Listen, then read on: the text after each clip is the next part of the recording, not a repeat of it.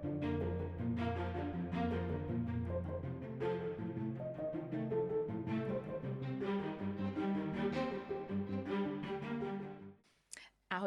dnes sa budeme rozprávať o kybernetickej bezpečnosti, o vývoji nového produktu Assign, keď to takto môžem nazvať. Vítam medzi nami Miroslava Demoviča. Ahoj Miro. Ahoj. Ahoj. Chcela by som prvé teda ťa predstaviť nejako, alebo teda môžeš nám niečo o sebe povedať, alebo o tvojej spoločnosti, o firme, kde pôsobíš? Veľmi rád. Tak posledných cca 20 rokov sa zameriavame na či už vývoj softveru, alebo teda softverovú bezpečnosť ako takú, a škálovateľnosť infraštruktúr a zabezpečenie infraštruktúr. S tým, že medzi tým sme sa samozrejme stali AWS-kovým partnerom a tak ďalej, ale v poslednej dobe sa zameriavame na audity kybernetickej bezpečnosti podľa ISO 27000 a 27001 konkrétne. No a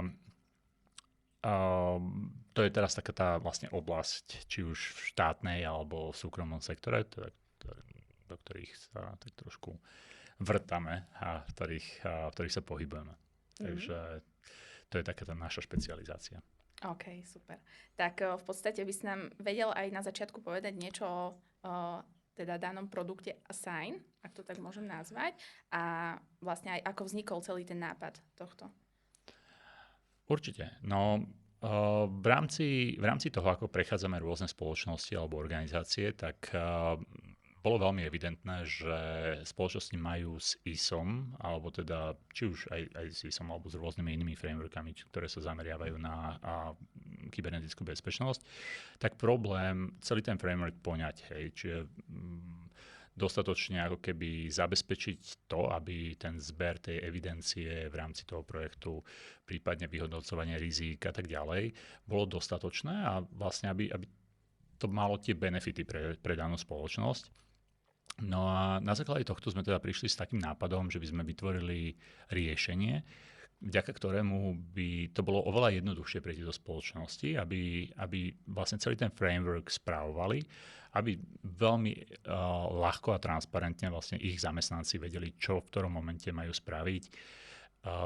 A tým si vlastne tá organizácia sama o sebe zvyšuje svoju odolnosť voči útokom zvonku. Tie frameworky existujú, je ich viac a tento nástroj vlastne vyvíjame na to, aby sme to uľahčili spoločnostiam, znížili ich náklady, ktoré sa týkajú teda správovania toho daného frameworku, ale hovorím, aby neprehliadali tie veci, ktoré sú potrebné spraviť v danom čase. Jasné. Znie to veľmi zaujímavo a určite to veľa ľudí ocení. Teda. A keby som sa mohla opýtať, tak prečo si sa rozhodol práve pre riešenie procesov v oblasti manažmentu rizik a dodržiavania daných predpisov a čo ťa k tomu viedlo vlastne? Tak každá spoločnosť funguje na báze analýzy rizik, či to vedia, alebo vedia to proste priamo popísať, alebo nie. A tie, ktoré to teda vedia popísať, tak to robia úmyselne. A tieto frameworky všetky pracujú s tým, že každá spoločnosť si musí vedieť analyzovať rizika, ktoré sa jej dotýkajú. Musia si ich vedieť ako keby pomenovať, musia si ich vedieť vyhodnotiť a v konečnom dôsledku musia urobiť tie nápravné opatrenia tak, aby toto riziko bolo mitigované alebo teda už inak handlované. Čiže používam veľa takých anglických slov, ale v rámci tej rizikovej analýzy tam vstupuje vlastne strašne veľa asetov, alebo respektíve všetkého, čo má pre organizáciu nejaký benefit, alebo teda nejakú hodnotu. No a tieto sa veľmi ťažko v nejakých excelovských tabulkách dajú porovnávať, dajú sa vyhodnocovať efektívne a tak ďalej. No a tento nástroj vlastne sme vyvíjali na to, aby sme tie Excely nahradili. Tie Excely sú síce super, ale nedokážu tak previazať všetky tie riziká s tými asetmi, s ľuďmi, ktorých sa to týka a s inými procesmi, ktoré sú v rámci organizácie nastavené. Takže preto sme sa rozhodli pre nástroj na analýzu rizik. Aj keď už existujú nejaké nástroje, ale sú či už čiastkovo iba riešením, alebo sú riešením ako keby iba pre určité organizácie, určité typy organizácií. Vlastne, keďže už nejaké tie nástroje existujú, tak čo robí Assign vlastne jedinečným na trhu? Tá komplexita. Hej. Zobrali sme celý framework, v spolupráci s ďalšími auditormi sme ho rozsekali vlastne do tých kľúčových častí a snažíme sa to nastaviť tak, aby ktokoľvek, kto do toho softvéru vlastne vkladá tie dáta, nemusel mať perfektnú znalosť toho celého frameworku. Hej. Ten framework je väčšinou komplexný, veľa ľudí ho musí dlhodobo študovať, musí sa dlhodobo v tom vzdelávať, aby chápal, čo všetko v ktorom čase musia spraviť. A pri väčších organizáciách je to proste nemožné. Hej.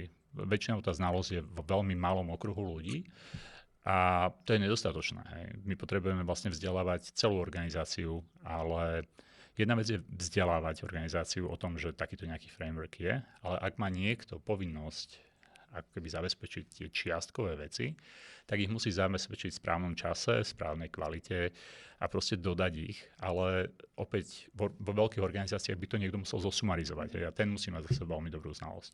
Takto sme vytvorili vlastne nástroj, do ktorého sa čiastkovo vkladajú dáta z každej strany a ten nástroj sám o sebe vie vyhodnotiť podľa daného frameworku, či to je dostatočné alebo nie. Môže nám povedať, aké hlavné problémy rieši Assign? No, čiastkovo sme sa už toho dotkli pred chvíľou. Hej. Je to komplexita daného frameworku, je to množstvo ľudí, ktorí musia kontribuovať do celého toho systému, aby fungoval úplne efektívne. A je to vlastne, lebo Assign ako taký spája dokopy nielen vyhodnotenie rizik a nejaké vedenie asetov, previazania asetov s ľuďmi, incident management, do určitej miery change management, ale takisto training a proste vzdelávacie moduly. No a toto všetko vlastne vstupuje do toho, alebo prináša takú tú svoju dôležitú súčasť na to, aby celý ten framework ochránil tú organizáciu. Hej. Takže sú to vlastne všetky tie jednotlivé časti, ktoré tak skvele do seba zapadajú ako puclo. Čo je na základe toho, čo si doteraz hovoril, tak možno niektorí diváci alebo poslucháči by chceli vedieť, že kto by tento produkt Assign najviac ocenil, alebo kto by teda mohli byť takí hlavní zákazníci. Vedel by si nám približne povedať? Tak zákazníkom tohto produktu je vlastne každá organizácia, ktorej záleží na ich vlastnej kybernetickej bezpečnosti. Môže to byť malé organizácie, môže to byť stredné organizácie, väčšie organizácie, prípadne organizácie, ktoré už znalosť ISO 27000 majú. Sú to proste ako keby, to spektrum je obrovské. Hej. Doteraz vlastne tým, že malé organizácie si nevedia dovoliť často všetkých tých expertov na ISO interne, hej, tak využívajú službu externých poradcov a tak ďalej, ale tým pádom tie organizácie tým nežijú. Hej. Vďaka tomuto nástroju si viem predstaviť, že vlastne aj tie malé organizácie dokážu nasledovať to, čo vlastne tí najlepší auditori na Slovensku do toho dali. A vďaka tomu vlastne vedia mať tú odolnosť voči cybersecurity na úrovni, ako ju majú väčšie organizácie. Hej. Ten nástroj ich proste prevedie celým tým procesom. Ten nástroj im ukáže, čo musia riešiť, pomôže im vyhodnotiť nejaké riziká a samozrejme poskytne im už predefinované nejaké templatey na to, aby sa vedeli ako keby priblížiť, nehovorím, že plne splniť, ale priblížiť k tomu, aby boli vlastne odolní voči takým aspoň základným útokom. Hej? Lebo väčšina tých malých organizácií tým, že si to nevie dovoliť, tak proste robia také tie elementárne chyby a aspoň tieto, keď dokážeme odseknúť vďaka takémuto nástroju, tak proste sa neskutočne násobne zvýši odolnosť takej organizácie voči aspoň základným automatizovaným útokom. Vie to nejako aj pomôcť firmám pri ich nejakom rozhodovaní? Rozhodovanie je súčasťou riskovej analýzy. Čiže firma si vyhodnotí, aké rizika má, či jej na danej časti, danom asete záleží. Samozrejme, tam prebieha niečo, čo sa volá BIA, čiže Business Impact analýza v rámci tých nejakých rizík. No a na základe týchto všetkých ako keby vyhodnocovaní tá organizácia usúdi, či ten daný aset alebo tá daná súčasť ich firmy má dostatočnú hodnotu pre nich, alebo proste má nejaký prínos pre nich a vyhodnocujú si, ako by ho mali chrániť. Hej. Lebo ak má niečo veľmi veľkú dôležitosť pre mňa ako firmu, tak si ho musím chrániť tú časť. Hej. No a čiže áno, vďaka tomuto sa firmy vedia prakticky rozhodovať, že do čoho, do ktorých typov ochrán alebo do ktorého asetu vlastne musia investovať viac peňazí na to, aby ochránili svoje akoby dôležité súčasti. Hej. A nehovoríme len o údajoch, hovoríme aj o tom, že ja neviem, niekomu zhorí nejaký server, na ktorom si, ja neviem, beží im kritický software, ktorý proste zrazu zistia, že ho musia mať druhýkrát zálohovaný. A ja neviem, nejakú vyriešenú, hej, nejaké BCM a tak ďalej. Jasné, čiže je to také obširnejšie, dosť nie je to len čisto o údajoch, o bezpečnosti údajov, ale o rôznych aj iných asetoch, o veľa vecí. Určite, tak je to od fyzických priestorov, hej, a čo sa stane, ak nám zhoria papiere v rámci organizácie, hej, či sme ich mali niekde inde zazalohované, či sme mali niekde nejakú digitálnu kópiu, či tá kópia bola dostatočne ochránená, tak aby, či už konkurencia, v dnešnom svete aj konkurencia útočí, hej. Myslím si, že bezpečnosť je v dnešnom svete určite dôležitá. Ako je teda Assign zabezpečený, aby chránil údaje svojich používateľov? Tak ako som spomínal na začiatku, tým, že sme partner v rámci AWS a veľa vlastne našich ľudí drží tie najvyššie certifikácie v rámci AWS, tak tá bezpečnosť je niečo, čo vlastne riešime aj pre bankový alebo teda poisťovnícky sektor a tak ďalej. V rámci toho behu, teda sú klientské dáta v rámci tohto nášho projektu separované od iných klientských dát, čiže nie je to také klasické SaaS nejaké riešenie. Zbiehame celý systém vlastne v izolovanom prostredí, no a každý vlastne klient má prístup do toho svojho prostredia, čiže aby videl, ako sú tie dáta chránené. Samozrejme, spĺňa to všetky tie najprísnejšie vlastne normy a požiadavky trhu na zabezpečenie dát, pretože si uvedomujeme, že dáta, ktoré v rámci tohto systému ľudia držia, tak sú veľmi, veľmi kritické pre firmu. A ak by sa k ním niekto dostal, tak by veľmi vedeli napomôcť k nabúraniu firmy ako také. Lebo vyhodnocovanie rizík, človek musí byť veľmi úprimný a povedať si, aké riziko máme a či ho už máme vyriešené alebo nie. Hej. Čo sú veľmi také citlivé údaje. Takže my si toto uvedomujeme a chápem, že doteraz to ľudia držali v nejakom Exceli, keď to nebolo moc bezpečné. Teraz to bude v systéme, ktorý je chránený, vlastne izolovaný a fakt, že spĺňa tie najprísnejšie normy. Takže Assign je už od začiatku navrhnutý tak, aby ho mohla použiť menšia a väčšia organizácia a prípadne aj štát vlastne. Hej. Čiže, pretože tie dáta sú na fyzickej, respektíve na sieťovej vrstve oddelené. Keďže si tu spomínal aj nejaké tie anglické slova, tak by ma zaujímalo, že či ten daný produkt alebo ten nástroj Assign bude vlastne v angličtine, v slovenčine, alebo pre aký trh bude? Pre teda Slovákov alebo celosvetovo? Tak keďže ISO je v zásade medzinárodný štandard, tak uvedomujeme si to, že vlastne v rôznych krajinách môže tento nástroj používať. Defaultne alebo štandardne máme teda nastavenú angličtinu ako taký prvoradý jazyk, ale samozrejme berieme do úvahy tú lokalizáciu. Hej. Čiže vlastne každá organizácia dokonca si môže nastaviť viacero jazykov v rámci svojho nastavenia. V prípade, ak má nejaké organizačné akoby jednotky alebo unity, hej, v rámci seba, čiže ja neviem, nejaká jej podčasť, keďže je to, ja neviem, spolupráca s medzinárodnou organizáciou bude v angličtine, zvyšok bude v slovenčine. Tie dáta ako také sa snažíme držať v takom formáte, aby bolo jedno, v akom sú jazyku, hej, a vlastne prepína sa iba to prostredie. Hej, že... Jasné. Ale so slovenčinou sa teda určite ráta. Hej. Jasné. Znie to tak trošku komplikovane, celý ten projekt alebo produkt. Vedia si to aj niekde potom v budúcnosti vyskúšať klienti, alebo že by si to vedeli predstaviť, ako to vlastne bude fungovať, alebo ako to bude vyzerať? Tak klienti môžu nás požiadať o vlastne nejaké demo, kedy im veľmi radi nezáväzne ukážeme, ako ten projekt funguje. Je veľmi ťažké vlastne niekoho len tak pustiť a povedať mu, že vyskúšaj si ten projekt, pretože záleží to na veľa konfiguráciách. Hej. Každá organizácia je iná, každá organizácia má iné potreby a toto všetko je tam zabudované tak, že je potrebné, aby sme ich uviedli do toho, ako začať. Ale keď už raz začnú, tak celý zvyšok toho systému ich bude sprevádzať a prevádzať tým postupom, alebo čo je ďalšie nutné vyplniť. A ten systém vlastne ukazuje spoločnosti, kde má ešte medzery, čo je potrebné, aby vyplnili. Je to robené prostredníctvom nejakých prehľadných dashboardov, alebo teda nejakých takých obrazoviek, kde je jasne vidieť, že ja neviem, toto je veľmi dôležitý asset alebo nejaká dôležitá súčasť našej spoločnosti, ale nemáme ju vôbec zabezpečenú. Hej.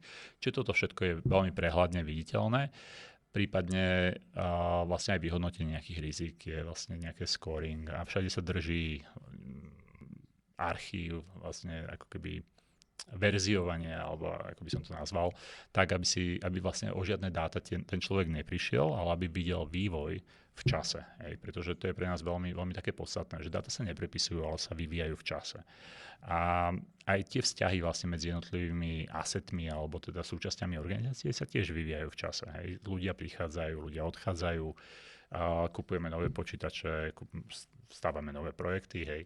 No a preto nie je možné prepisovať stále nejaký jeden Excel, ale je potrebné vlastne mať každú jednu verziu nánovo zaznamenanú a vlastne v čase neodškriepiteľnú. Hej? A toto je vlastne to, čo sa aj v rámci toho projektu snažíme spraviť, aby akékoľvek dáta pribudnú, akákoľvek evidencia, ako keby nejaké dôkazy, ktoré pribudnú do toho systému, sa nikdy neprepísali a boli jasne ako keby podpísané, že vtedy a vtedy sme urobili naozaj update tohto systému. Hej? Vtedy a vtedy naozaj sme mali ten systém v takomto stave a keď aj príde auditor potom, tak veľmi jasne vidí, že tá organizácia si nevymýšľa, že tá organizácia naozaj robí nejaké kroky opred, čiže zjednodušuje to vlastne auditorovi prácu trošku, ale hlavné pre nás je vždy to, že to zlepšuje ako keby stav tej organizácie v rámci cyber resilience, čiže nejakej ako odolnosti voči cyberútokom. Čiže klient má v podstate všetky svoje rozhodnutia alebo všetky svoje činy z minulosti pod jedným projektom a vlastne vie si to všetko tam zaznamenať a vidieť to vlastne stále. Jedna vec, že si ich vie zaznamenať, ale druhá vec, že my ho navádzame na to, že ako by to malo byť. Pretože niekedy aj tomu klientovi chýbajú vlastne tie vedomosti. Ako to si zase neklame. Je to strašne veľa oblastí, ktoré je v rámci ISO spojených dokopy. No a tie best practices proste sú tam vonku. Čiže sme sa ich snažili zobrať, rozprávame s najlepšími ľuďmi na trhu, odborníkmi v jednotlivých oblastiach a ponúkame tam tie možnosti priamo tak, aby tá organizácia vedela, že ja neviem, kryptografia musí byť taká, alebo ja neviem, human resources, alebo teda práca s ľuďmi, musí mať tieto oblasti podchytené a tak ďalej. Čiže vnášame to tak všetko dokopy. Vedia si ľudia zistiť nejak viac informácií ohľadom tohto nástroja? Niekde cez internet alebo cez sociálne siete, kde vás vedia nájsť? Určite. Tak veľa informácií sa nachádza na našej webovej stránke, to je assign.sk, prípadne na sociálnych sieťach, čiže na Facebooku a tak ďalej, kde budeme veľmi radi, keď sa ľudia pripoja a kde nájdú aj iné veľmi, veľmi užitočné informácie.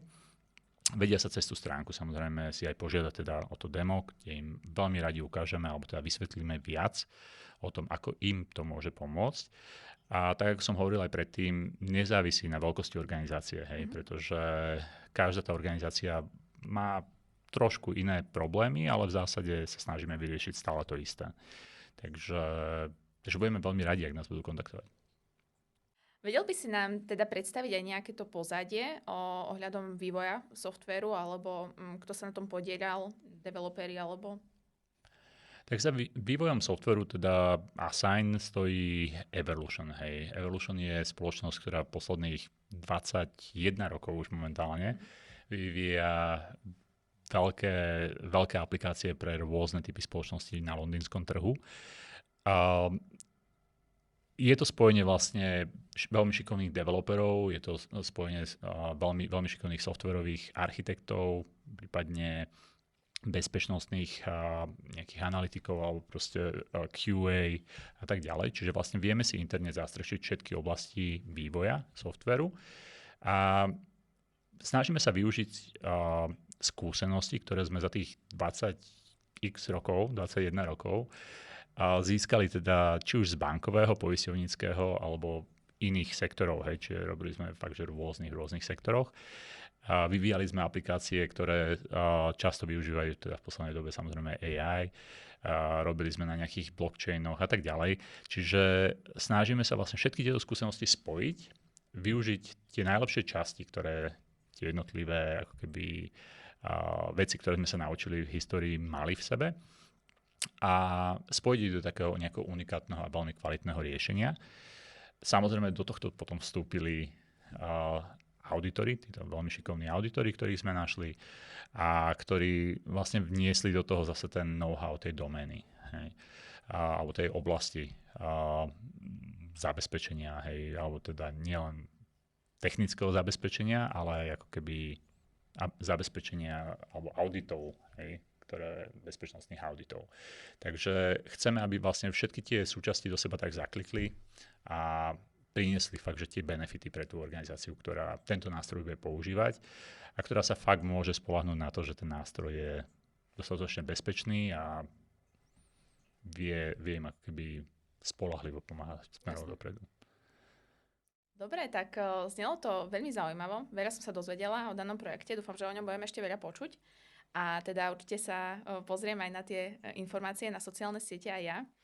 A teda chcela by som vám popriať veľa úspechov a nech sa vám teda darí.